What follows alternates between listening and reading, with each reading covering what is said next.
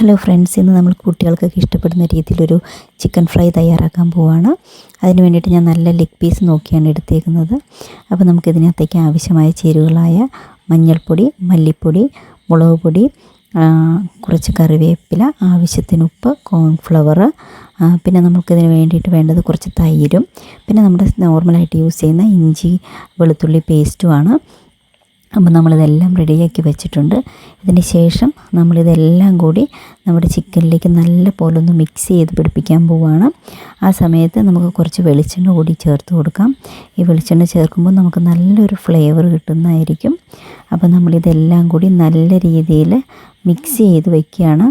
അപ്പോൾ നമ്മൾ എരിവൊക്കെ നമ്മുടെ ആവശ്യത്തിന് എത്രത്തോളം വേണം എന്നുള്ളതനുസരിച്ചിട്ടാണ് നമ്മളിടുന്നത്. ഇത് നമ്മൾ ഏകദേശം ഒരു അരമുക്കാൽ മണിക്കൂറോളം നമുക്ക് റെസ്റ്റ് ചെയ്യാൻ വയ്ക്കാം.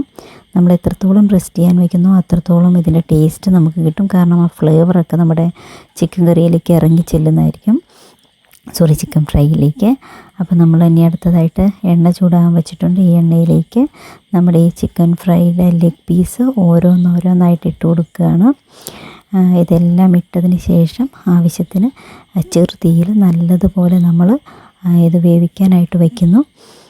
രണ്ട് വശവും നല്ല രീതിയിൽ ഫ്രൈ ആകുന്നവരെ വരെ നമ്മൾ വെയിറ്റ് ചെയ്യണം. കുറച്ച് സമയം നമ്മൾ കൊടുക്കേണ്ടത് അത്യാവശ്യമാണ്. കാരണം ചിക്കൻ നല്ലപോലെ ഉള്ളിലൊക്കെ വേവ് കിട്ടണമെന്നുണ്ടെങ്കിൽ ചെറുതീയിലിട്ടാലാണ് പറ്റുള്ളൂ. അപ്പോൾ നമ്മുടെ ചിക്കൻ ഏകദേശം റെഡി ആയിക്കൊണ്ടിരിക്കുകയാണ്.